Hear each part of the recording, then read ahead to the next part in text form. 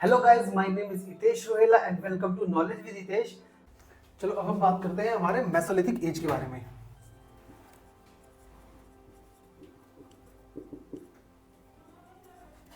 देखो सेम इसके अंदर भी हम वही देखेंगे। जो मेसो होता है ना, मेसो मीन्स होता है मिडल, और लिथ मीन्स होता है स्टोन, जैसे मैंने आपको पहले बताया था। ठीक है, तो इसको हम मिडल स्टोन एज कहते हैं।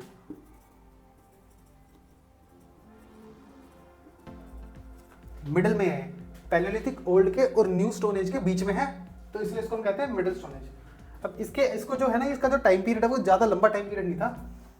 इसका था, देखो मैं आपको बताता हूँ, इसका जो टाइम पीरियड था वो था 10,000 से 8,000 BC तक, मतलब कि 2,000 साल का तक का था, ऐसा हमें अप्रोक्स माना हुआ है। अब हमने देखा तो नहीं है, हमने एज्यूम किया है ऐसा। और इस टाइम पे जो टूल्स थे हमारे, इसको मेनली ना ट्रांजिशन फेज कहते हैं। जो पहले ओल्ड स्टोन से और न्यू स्टोन तक जाने के बीच में जो ट्रांजिशन फेज आया ना, वो इसको कहते हैं मेसोलिथिक एज को। इस टाइम पे हम बात करते हैं सबसे पहले टूल्स के बारे में। टूल्स इस टाइम के जो थे, स्पेसिफिकली एक वर्ड यूज करते हैं, माइक्रोलिथ्स। लाल से लिखता हूं, चमकेगा भी सही।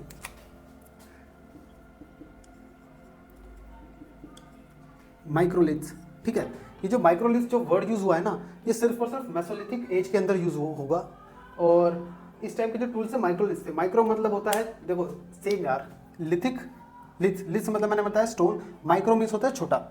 तो काफ़ी ज़्यादा जो स्टोन के जो टूल्स होने लगे वो स्मॉल होने लगे, स्मॉल। और अब क्या करा इन्होंने, देखो अभी तक ये क्या कर रहे थे, पत्थरों से उठा उठा के मार रहे थे, फिर इन्होंने छोटे छोटे पत्थरों के टुकड़े करे, उसी को रखने लगे। अब इन्होंने जो अपने जो माइक्रोलिथ्स रख लिए, ये छोटे छोटे स्टोन्स के टूल रख लिए। अब इसी को ही रखने लगे अपने पास छोटे से।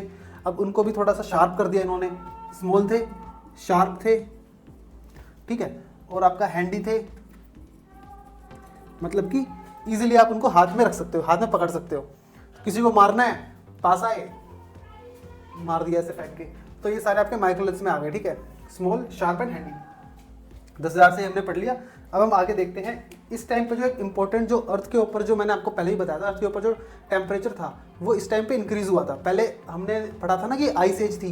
अब इसके अंदर देखो, जो अर्थ का जो टेम्परेचर था,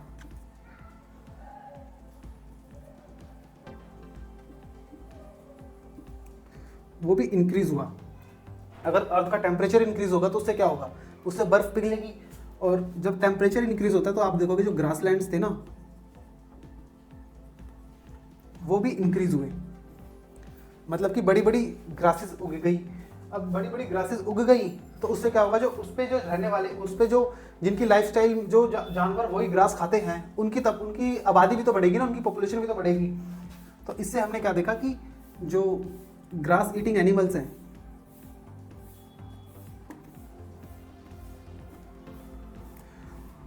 उनकी पॉपुलेशन में भी इंक्रीज हुआ।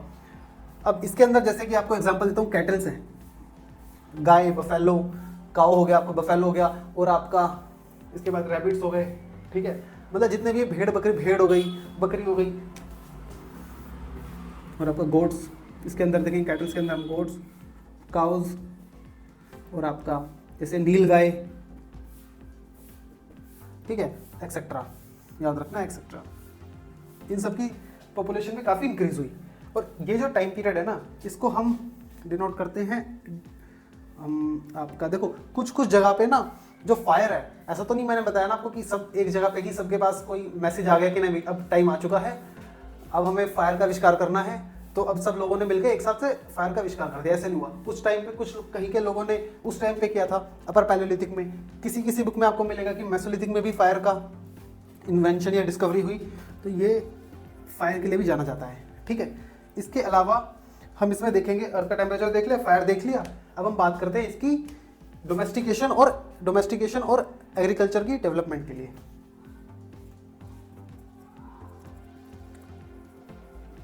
अब हम बात करते हैं, देखो इसमें एनिमल डोमेस्टिकेशन और एग्रीकल्चर,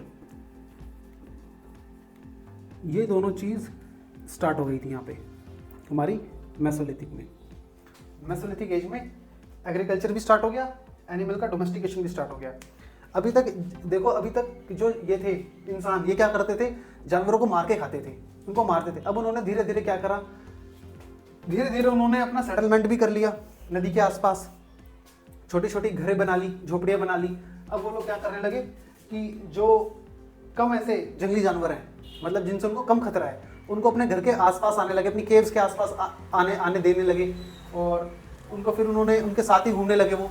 तो धीरे धीरे से सबसे पहले जो ऐसा माना जाता है, सबसे पहले जिसका पाला था ना, जो पशु डोमेस्टिकेट करा था कोई एनिमल, वो था डॉग।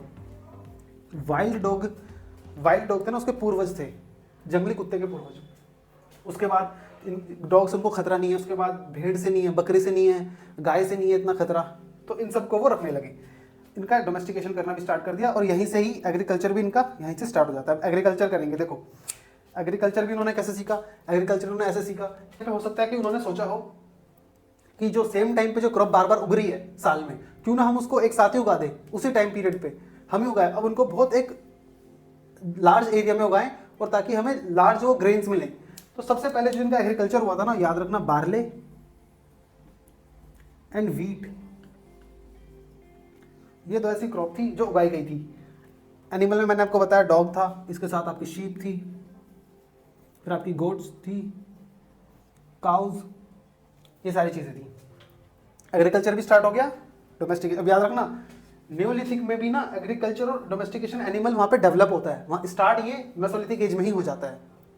क्योंकि बच्चे कंफ्यूज हो जाते हैं काफी कि सर ये मेसोलिथिक में है कि न्यूलिथिक में। मेसोलिथिक में स्टार्ट होता है, और न्यूलिथिक के अंदर हम देखेंगे इसके अंदर भी काफी बहुत तगड़ी डेवलपमेंट हो जाती है। ठीक है, इसके अंदर हम बात करते हैं इनकी साइट्स की। अब देखो, इसके अंदर जो साइट्स इंपॉर्टेंट है वो है आपकी सबसे पहली लहंगनाज।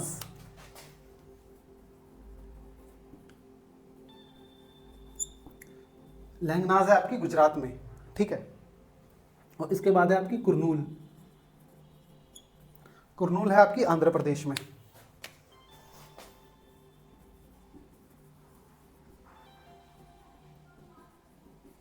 आंध्र प्रदेश, ठीक है।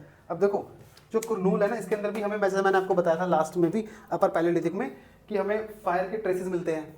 सेम यहाँ पे भी ये जो साइट है ना, ये इससे भी रिलेटेड है, मेसोलिथिक एज से। और जो लहंगनाज है, इसके अंदर हमें देखो क्या क्या मिलता है, हमें एनिमल्स के रिमेन्स भी मिलते हैं। एनिमल्स की हड्डी मिलती है हमें, नील गाय की मिलती है, उसके बाद हमें जंगली सुअर होता है उसकी मिलती है, वुल्फ की मिलती है, चीतल की मिलती है। इन सब एनिमल्स है ना, इनकी हमें हड्डियाँ मिलती है। मतलब कि हो सकता है कि इन्होंने इनको खाया हो, इनकी हड्डी वहीं पे फेंक दी हो, अपने साथ में रख दी हो कहीं पे, बाद में टूल्स, ऐसा टूल्स बनाने के लिए। हड्डी के भी तो टूल्स बनते हैं, लकड़ी के बनते हैं, पत्थर के बनते हैं, और आपका वुड के बनते हैं, ठीक है, और उस बोन के भी बनते हैं। तो ये हो गया हमारा मेसोलिथिक एज। इसके अंदर ये, इसको एक तरह से याद रखना, ट्रांजिशन फेज भी कहते हैं इसको।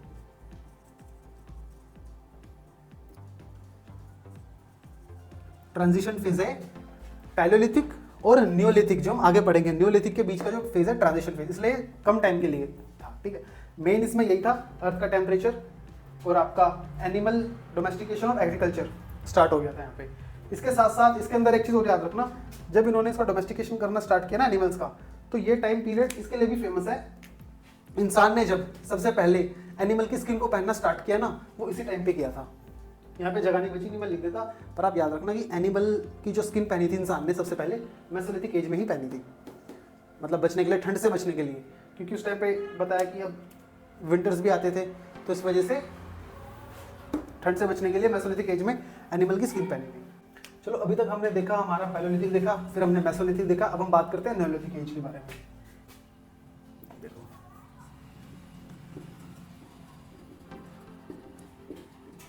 न्यूलिथिक एज, जैसा कि मैंने बताया था आपको, न्यू मतलब होता है न्यू, ये ग्रीक वर्ड है न्यूलिथिक, ठीक है, और लिथ मतलब होता है स्टोन, तो इसको हम न्यू स्टोन एज भी कहते हैं। इसको न्यू स्टोन एज कहते हैं। और सबसे पहले देखते हैं इसका टाइम पीरियड।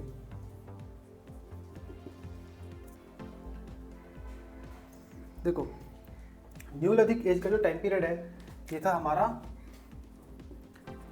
8000 BC से आपका 3000 BC तक, ठीक है। किसी किसी बुक में यहाँ पे 1000 भी लिखा रहता है, पर वो गलत नहीं है। सबके मतलब आपको बस एक ये अजम्पशन रखना है कि किस टाइम पीरियड की बात हो रही है, किससे किस टाइम पीरियड की बात हो रही है, बस एक ज्यूम करके रखना है। और यहाँ से क्वेश्चन नहीं आता कभी भी, क्वेश्चन यहाँ से सिर्फ और सिर्फ साइड से पूछे जाते हैं, और स्टोन से और कहीं भी क्वेश्चन नहीं आते, बस एक नॉलेज के लिए आती है, थियोरेटिकल नॉलेज है, तो ये आपको लेनी पड़ेगी। अब देखो इस टाइप के जो टूल्स यूज़ होने लगे वो अब पॉलिश्ड टूल्स यूज़ होने लगे। अभी तक हमने क्या पढ़ा था, सबसे पहले हमने देखा काफ़ी हैवी टूल्स यूज़ हो रहे हैं, वहीं से पत्थर उठाया, नेचुरली जो अवेलेबल है उठा के फेंक दिया।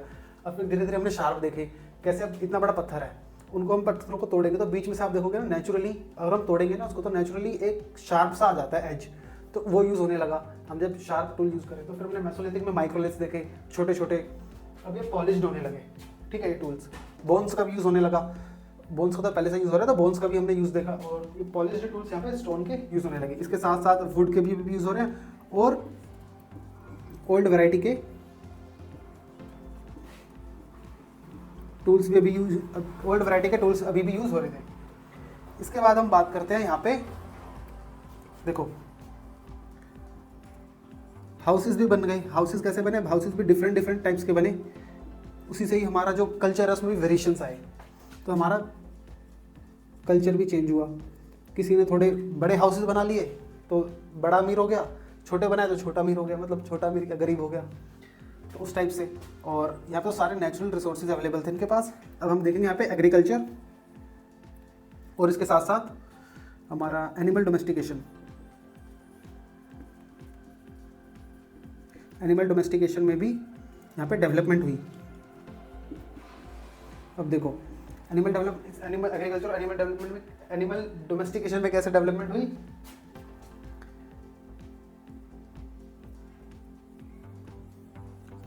देखो अब एग्रीकल्चर में भी ना इन्होंने एनिमल्स का यूज करना स्टार्ट कर दिया। लकड़ी के जो होते हैं ना हमारे, क्या कहते हैं उसको, जो हमारे किसान यूज करते हैं, हल, वो यूज करने स्टार्ट कर दिए, ठीक है। और इसके साथ साथ इन्होंने अब बहुत लार्ज लेवल पे एग्रीकल्चर स्टार्ट कर दिया, फूड ग्रेन्स उगाने स्टार्ट कर दिए, जैसे राइस हो गया हमारा, बार्ले हो गया, वीट हो गया, ये सारी चीज़ें स्टार्ट होने लगी। अब एनिमल, जैसे मैंने बताया आपको, बार्ले, वीट, आपका राइस, आपकी पल्सेस, ये सब स्टार्ट हो गया था। इसके साथ साथ एनिमल डोमेस्टिकेशन में देखो, एनिमल डोमेस्टिकेशन इन्होंने क्यों इतना मतलब उसको बढ़ावा दिया एनिमल डोमेस्टिकेशन में, देखो इसके भी हम समझेंगे तो क्या क्या इसके इंपॉर्टेंस है एनिमल्स की। एक तो उनको मिल्क मिलेगा इससे, चाहे वो बकरी हो, गाय हो, शीप हो, वो उनको मिल्क प्रोवाइड करेंगी, जिनसे इनका इम्यून सिस्टम भी काफ़ी स्ट्रॉन्ग होगा। मिल्क प्रोवाइड करेंगी, उसके बाद वो जब उनको जरूरत पड़ेगी मीट भी प्रोवाइड करेंगी, ठीक है। अगर मान लो भूख लग रही है, मीट खाना है उनको बकरी को, अभी तक तो क्या करता था, अभी तक उसको ढूंढना पड़ता था, जंगल मतलब जंगली जानवरों को ढूंढना पड़ता था, जंगल में भटकना पड़ता था। अब क्या करेगा, उसके पास है अवेलेबल, घर में पड़ा हुआ है, मीट का स्टोरेज है उसके पास। अब उसको पाल रहा है, उसको खाना भी खिला रहा है, जब अगर जरूरत पड़ेगी उसको मीट की, उसी को पकड़ा, उसी को काट के उसी को खा लिया, ठीक है। इसके साथ साथ अब वो देखो इसके एक और फायदे हैं, नेचुरली मल्टीप्लाई हो जाएंगी, ठीक है। नेचुरली मल्टीप्लाई मतलब कि अपने आप ही उनकी पॉपुलेशन इंक्रीज होती रहती है, और इसके अलावा नेचुरली मल्टीप्लाई हो जाएंगी और एग्रीकल्चर में भी उनको हेल्प करेंगी। जैसे हमने देखा बैल जो होता है किसान यूज करते हैं ना उसको एग्रीकल्चर में, खेत जुतवाते हैं, तो सेम चीज, तो ये सारे फायदे उनको देगा ये। अब देखो एग्रीकल्चर में बार्ले, व्हीट, राइस, पल्सेस, अब ये जो हैं इनसे क्या फायदा, अब ये किस लिए यूज करते थे, हो सकता है कि तो खाने के लिए, ठीक है, हो सकता है उनको गिफ्ट देने के लिए लोगों को,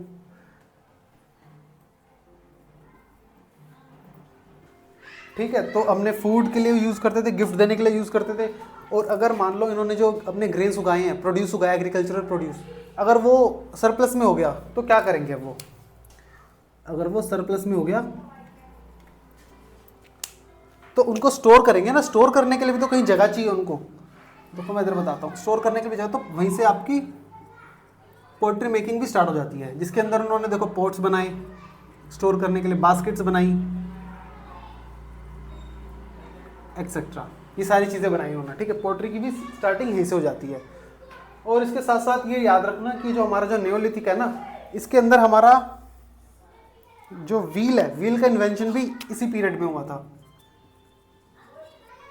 हमारे व्हील इन्वेंशन के लिए ये पीरियड इंपॉर्टेंट है। और अभी बात करते हैं इसके साइट्स की। इसकी साइट्स लिख देता हूँ मैं यहाँ पे। साइट्स देखो, साइट्स है इसकी, एक तो हल्लूर याद रखना, कर्नाटका में है, ठीक है। आपका मेहरगढ़, मेहरगढ़ आपका पाकिस्तान में है। और आपका बुरज़होम, ये आपका कश्मीर में है, ठीक है। ये इसकी इंपॉर्टेंट साइट्स है। और इसके साथ साथ मैंने आपको बताया था कि जो हमारी वो थी एक भीमबेटका केव, वो भी इंपॉर्टेंट है। तो भीमबेटका मध्य प्रदेश में है, यूनेस्को वर्ल्ड हेरिटेज साइट है, तो ये भी बहुत ज़्यादा इंपॉर्टेंट है। ये तो हर एज के लोग इसके अंदर रहे थे, तो ये भी इंपॉर्टेंट रह जाती है, ठीक है। ये हमारा इसी के साथ स्टोन एज भी कंप्लीट हो जाता है। अब नेक्स्ट वीडियो में हम बात करेंगे हमारी चैल्कोलिथिक एज और उसके साथ साथ आयरन एज के बारे में, ठीक है। अगर आपको वीडियो इन्फॉर्मेटिव लगी तो वीडियो को लाइक करो, चैनल को सब्सक्राइब करो, कमेंट करो और इसके साथ साथ लोगों को शेयर करो। मैं मिलता हूँ आपसे नेक्स्ट वीडियो में।